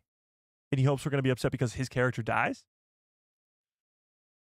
I don't know. But it's also got, obviously, it's got a kind of Star Wars glorious ending to it. A Star Wars glorious ending. When you think Star Wars glorious endings, you think big old battle scenes, whether it's a lightsaber versus lightsaber scene like Revenge of the Sith or Attack of the Clones, Yoda versus Dooku, or Anakin and Obi-Wan versus Dooku, or Darth Maul and Obi-Wan and Qui-Gon in the Duel of the Fates, or Obi-Wan versus Vader in A New Hope, or Luke versus Vader in an Empire. You get the gist. Or if it's a big space battle, like almost all those movies I just mentioned have as well. Not really Revenge of the Sith. Revenge of the Sith's big space battles at the beginning of the movie, but you look at The Phantom Menace. You have young Anakin going and destroying the Trade Federation ship. You have A New Hope, destroying the Death Star. You have Empire Strikes Back, I guess not, but Return of the Jedi, of course, a big space battle at the end. So I don't know what he's referring to here as a glorious Star Wars-y ending. He could be referring to multiple things, obviously, but I have no idea. Could be a big space battle between the New Republic and the pirates, or maybe Thrawn showing. I don't know. I don't want to speculate, but he's already pulled out the lightsaber, so already lightsaber confirmed. Too, but there are layers. A lot happens, and a lot happens in the finale, and that's clear. I mean, we got so many questions that need to be answered. Is revealed. Yeah, and a lot is revealed. Again, a big reveal of Jod's character. Now, he's about to ask him these 3 fan theories as to who his character might be or how he's related to something. And he confirms that one of these 3 theories is true or close to true or related in some sort of way. Watch this. John and Chris told me they're wondering when I'm going to put it all together and if I'll get there before the finale. But so there's a lot of theories about your character online. Have you been reading any of that, or do you avoid it? No, I haven't. Tell me. Okay, just get a little bit. So some of the things I've read or have been saying, you could be related to Rey's father, Dathan. There's also, you could be a clone of Emperor Palpatine. Wow. There's also, you're an Order 66 survivor. I think there's a link there to one possible truth, but I may be wrong. I love that. You see, this. Obviously, he can't spoil anything, chat. We know this. But he says there is maybe a link there to one possible truth, but maybe there's not, because obviously he can't spoil anything. He only was given 3 options. Dathan, which is related to Palpatine. He's a clone of Palpatine himself, or he's an Order 66 survivor. If one of those 3 things is anywhere close to being true, we are in for quite the finale, chat. Quite the finale. And you don't think we're going to learn anything about his backstory? Again, they go on. He doesn't really say much more in any sort of finale way. They go on to talk about the earlier episodes of the show. It's a great interview. But with that, plus this article about where he was born and what happened to him being so important, somebody snatched his childhood away from him, us giving an insight into the backstory of why he's a Force user. Obviously, in episode 8, we will be getting a flashback or just an explanation to his backstory. Okay? That's made clear. Episode 8 will be insane. That's for sure. But tell me what you think in the chat. What do we think is going down in episode 8? Did you catch any Easter eggs in episode 7 before we get out of here? Because I got to go make a breakdown video, obviously. But tell me what you think. And if you're just coming in the chat now, tell me your ranking out of 10 for this episode in the chat, of course, and vote on the poll. We have over 370 votes on this poll right now. That is absolutely insane. And with that, 72% of you loved it. 22% of you liked it right off the bat. That is 94% of you liking or loving it. That is incredible. Yeah. Jod's sister Omega shows up to stop him. Oh my God. I don't think so. I don't think Jod is a clone of Jango Fett. That's for sure. No way, Jose. Dooku trained him for a potential Palpatine clone. Again, he wouldn't have trained him for a potential Palpatine clone, but Dooku could have, in theory, trained him. Jod's age is a weird thing, too, because if he is the age of Jude Law, the actor, then he's 52. And 52 would make him as old as Anakin and Grogu. So he would be alive before The Phantom Menace. He would have been born 9-10 years before The Phantom Menace. So he would be a lot older. During the time of the Clone Wars, he'd be in his 20s. Like, he'd be an older guy. He would have lived through Order 66. He would have lived through the Clone Wars, the time of the Republic, the time of the Empire. He would have lived through a lot. But if he's a clone of somebody, if he's a Palpatine, who knows how old he is, you know? Yeah.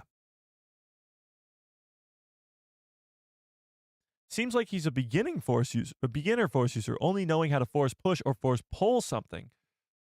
Well, we haven't seen the full extent of his Force abilities. I'll give you that. We don't know how powerful he truly is with the Force. I don't know. It's interesting. Yeah, maybe we will get a glimpse of that in the next episode. But in episode 7, he does unshackle himself. That's not really a simple thing. He's got the handcuffs on, and with just his mind, he opens the handcuffs. That's not a push or a pull. That's a pretty tough thing to do. Yeah. He didn't Jedi mind trick anyone. Not that we know of, I guess. Yeah. I thought he was going to. When he was about to be thrown out the airlock, I thought he was just going to be like, open this. Or else. Yeah. Can I get some good cups full of orders in the chat, please? Ba-ba.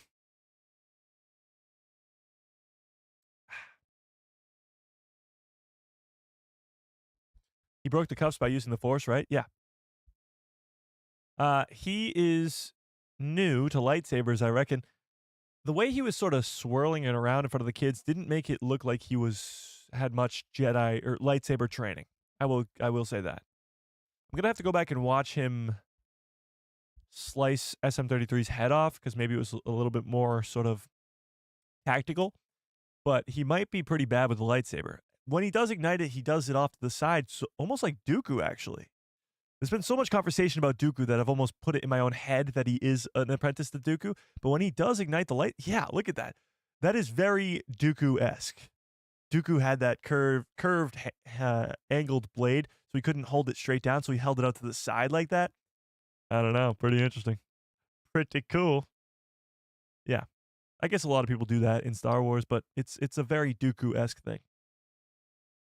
Star Wars Politics says, communications outside the barrier are not prohibited. Only the supervisor, and there are still a lot of questions. Obviously, security is crucial in this storyline. Yeah, so we're going to go meet the supervisor in this next episode, obviously.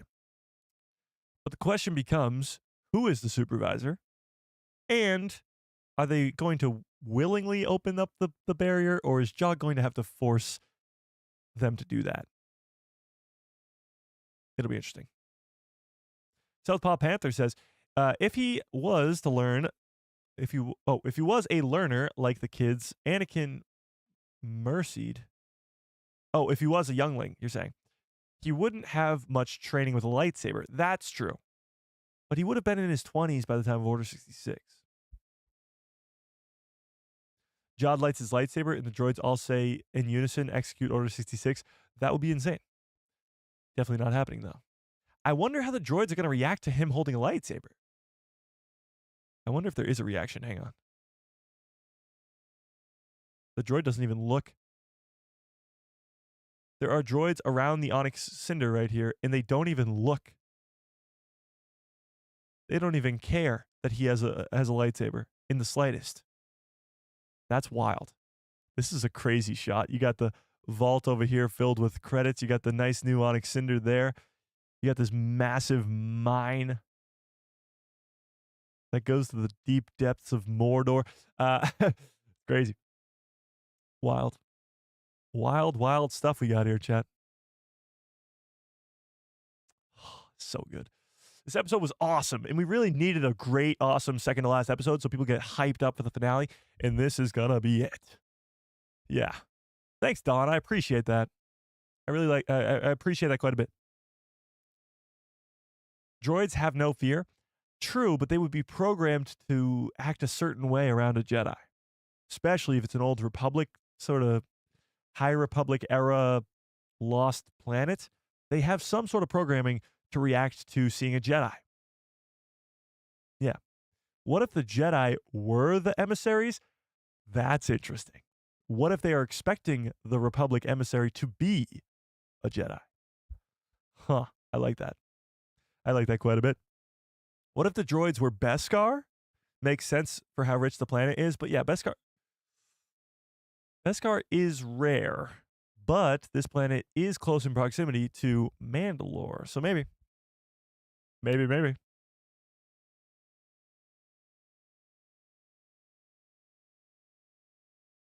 Referencing him becoming the very thing that ruined his life? It's like poetry? What do you mean? I don't understand.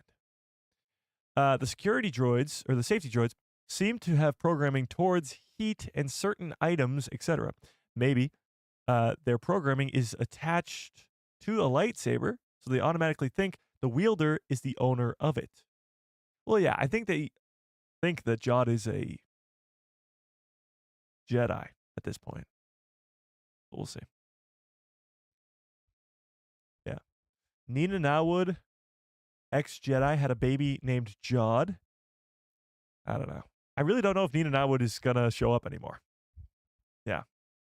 Another question, when was the last emissary that visited At Aton? Again, we don't know, but it seems like it's been quite a while. The people here have no idea how to act when they land. You look at this. Oop, hang on.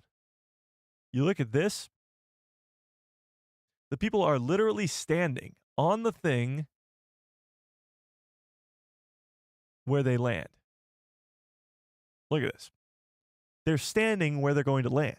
So they have no idea what's going on here. They've never seen a spaceship come inside. So at least for one generation of people on At Aton, they have not seen a spaceship come into the atmosphere. So it's been a while. It has been quite some time since they've seen a ship land here. I'm glad Brutus is gone. No! Brutus was awesome. Brutus was awesome. He had a great ending. I'll give you that. He had a great death. I'll give you that. Those credits have been stacking up since the High Republic era, over 1,000 years, hidden to the point no other planet or no other point in the rest of the galaxy. They forgot about it. Sounds like the Sith Imperial Remnant to me. Well, yeah, the Sith were kind of forgotten about because they were gone for 1,000 years. This planet, we don't know if it's been 1,000 years, though. We don't know. There's nothing on this planet that indicates Sith, that's for sure. Anyone can use a lightsaber. That is true, too. Anyone can use a lightsaber. There's an on and off switch. We saw Wim ignite the lightsaber as well. Count Dooku had another apprentice before Qui-Gon? Yeah, but that's before he went to the dark side, too. Do you think the supervisor is real? No. I think the supervisor is a droid. But I just don't know. I don't know. I really don't. Do you guys think that the supervisor is real? Tell me in the chat. Who do we think the supervisor is? Rose with a very generous $2 holla says, how did Jod recognize the new Onyx Cinder? SM33 did. Oh, sorry. SM33 did. Yeah, SM33 said something about it when it arrived. So Jod heard that. Yeah. Indeed. Oh, David, I missed yours. $2 holla. I appreciate that too. Says, supervisor voice is like the Wizard of Oz. Must be a droid. When I heard the voice, I think I said out loud, it sounds like the Wizard of Oz. When you guys were saying it sounded like Tarkin, which it kind of sounded like Tarkin because it's a male from probably a core world, and they have the sort of accent of a Tarkin. But it did sound very Wizard of Oz-esque. So almost like it's not a real person, because how could a real person be the leader of this planet for all those years? But Jod did request the presence of the supervisor, so it's likely we will find out who that supervisor is in the next episode. Yeah. To come up with an ending, you have to forget about the typical tropes of Star Wars and think of Treasure Island. Interesting. Jod will be triple-crossed and become a prisoner by his pirate crew, you think? But Brutus is dead. They're not going to overthrow Jod. Why would they do that? The supervisor was once real, but probably became a Wizard of Oz now. The droids are running his contingency plan following the last supervisor's death. Probably, yeah. Probably.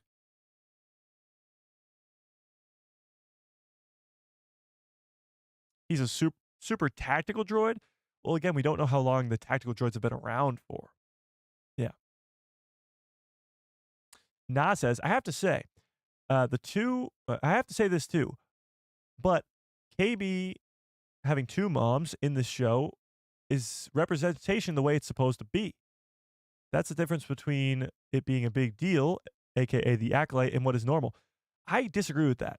Yes, I think KB having two moms is perfectly fine, but the Acolyte didn't throw anything in our faces. Literally nothing. The interviews, you could argue, do. Them saying that R2D2, that stuff. But the show itself didn't throw any of that at us. None. You could argue the witches, but the witches have been all females forever in Star Wars. Decades before The Acolyte came out. So that's not a complaint to have about The Acolyte. Yes, The Acolyte had a very diverse crew, but that's not, like, that didn't hurt the show. Carrie-Anne Moss was great. Li Zhang Chung, or however you say his name, I apologize, was great. Squid Games guy was fantastic. Master Soul. Freaking, what's his face who plays Chimera? What the hell's his name? Actor's name? Manny Jacinto. Fantastic. Had nothing to do with anything, any sort of representation or anything like that. The show was great. Yes, the interviews, but the witches not 100%. Give me a sec. What? Witches have always been female in Star Wars for a long time before the Acolyte. Yeah. John ends up as an At Aton prisoner, helping create Wait, what? John ends up on At Aton as a prisoner, helping to create the very credits he longed for. No. John's gonna win out here, I think. He's gonna take control here, get the barrier disabled, get the pirates down to the planet, and we're gonna have some big epic ending. Yeah. Yeah. It would be cool if they made a show or movie about Star Wars Outlaws. I think Star Wars Outlaws, because there's been a lot of talk about Star Wars Outlaws in the Discord recently. If you guys are not yet in the Discord, there's a link in the description below to a Discord called The People Who Love Star Wars. Go join it immediately. Darth Vader, what's up? But there's been a lot of talk in the Discord recently about Star Wars Outlaws. I think that game is the most underrated Star Wars project to come out this year. The amount of cool stuff you can do in that game, the amount of cool little Easter eggs in that game, the amount of time they spent to create an open world Star Wars game that nobody really plays is insane. It's crazy. The story's great, just the main campaign-y story, whatever you want to call it. And the open worldedness of it, being able to explore Tatooine, go to Tashi Station or go to Jabba's Palace or go to the Sarlacc Pit or whatever you want to do and just explore Star Wars is so cool. We'll be talking about all the different Easter eggs in the show that have references to all the other, in the game that have references to all the other projects. It's so cool. Yeah.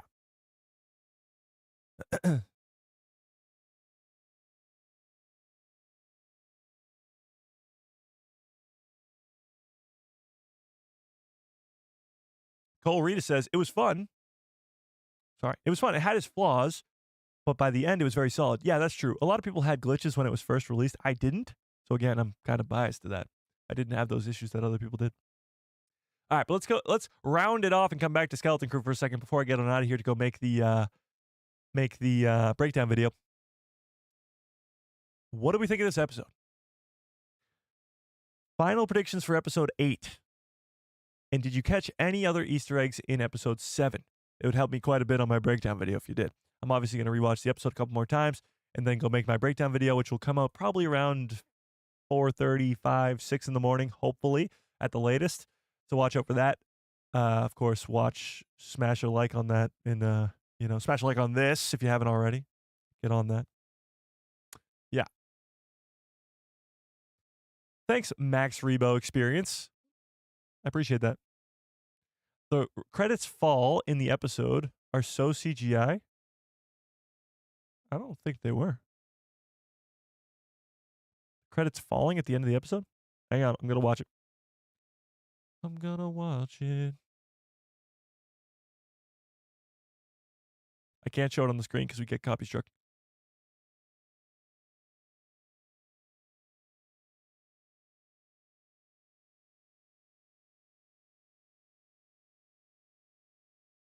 I don't think they are. I'm going pause, play, and none of it. They all look like individual credits with their own shine to them and everything. I don't think it is. Maybe it is, but I don't know. Maybe it is. The supervisor dies and the droids turn on him. Turn him into Lobot, sorry. I doubt it. KB is definitely going to call for the owl. Yes, I think that the New Republic will arrive. The question becomes, though, will Thrawn arrive? Because that's kind of even more interesting. Will the bad guys arrive? And will Jod survive? Is the big thing too. He just opened a lightsaber, might be slicing and dicing some people. I don't know. Jod is a survivor. He's gotten his way out of a lot of things, but can he get his way out of this one? Has he dug himself too deep? Castle Grayskull says the supervisor is Neil's grandfather. I don't know. Yes, Neil's statue or Neil's species statue is all around in this show, so maybe. But I don't know. Some people have been saying Neil's dad because he's not been around much. Yeah. KB's definitely going to call out to that owl. There's no reason for that moment if it didn't mean something. True. In episode 3 when she says, if you ever need help, call out to me. Yeah. Yeah. Will Vane, the pirate, live through the ending of the series? I don't know. I really don't know. I think all those pirates might die. Yeah. If any of them will survive, it's Jod. Yeah. I wish the supervisor was Catholips. Me too. Catholips is the goat. Yeah. I would 100% expect a cliffhanger in the finale in a larger galaxy setup for Thrawn, because I would be okay with that. Here's the thing. I think that this episode, or the finale, I should say, will end in a cliffhanger, but not the same way that tonight's episode ended in a cliffhanger. Like, it'll be an end to the story of Jod and the kids. Whether Jod survives or not, I don't know. But I think it will be a cliffhanger in the ways as it's setting up what's to come after, which is the Mandalorian and Grogu movie, and the Ahsoka season 2 and all that stuff with Thrawn and whoever. So I think that's what I mean sort of by a cliffhanger. It's setting up what's to come next. Like Ahsoka. Ahsoka season 1 ends with an ending, but it also ends with an expectation of more. Thrawn showing up on Dathomir. Yeah. All right, but let's end this poll. See how much of you liked, loved, meh, or hated it. Thrawn needs to get his own show. I don't know. I like Thrawn being sort of the catalyst or the connection to all these different shows. I don't think he needs his own show, but maybe. Maybe. Okay, with over 438 votes, which might be, I'm not too sure, but might be the most amount of votes we've ever had on a poll. I'm trying to think back to the Acolyte streams. I don't know, but I'm going to write it down to see if I can find it. But 438 votes on this poll. 71% of you loved it. 23% of you liked it. 4% said meh, and 1% hated it. That's 95% of you, or close to 95% of you, liked or loved this episode. That is fantastic to hear. I can't wait to go make this breakdown video. Go join the Discord if you are not already. And if you see any Easter eggs that I might miss, please tell me in the Discord so I don't miss them in the breakdown video. Yeah, so watch out for that breakdown video tomorrow morning, very early in the morning, probably like 6-ish hours from now. Hopefully I can get it done in 6 hours, 7 hours. But I'll be up all night working, so I appreciate it if you go smash a like on that breakdown video, and of course on this live stream. Smash a like on this live stream if you have not already. How many likes are we up to? I don't even know. 165? We have over 300 people here. Can we smash a freaking like on the stream? I appreciate it. Smash a like on your way out, or just smash a like in general. So we can do that. I very muchly appreciate it. Hit subscribe if you have not already. And of course, hit that bell so you get notified every time I post a video, and my pretty face will show up in the recommended feed of yours. I can't wait for this finale, obviously. But I think the speculation over the next 7 days is going to be so much fun. And I can't wait. Jod is a bad guy. And I can't wait to see more. Will he slice and dice all the people? I have no idea. But please, I beg you, smash a freaking like on the stream if you have not already. And until then, watch out for that breakdown video tomorrow. And may the Force be with you. Always.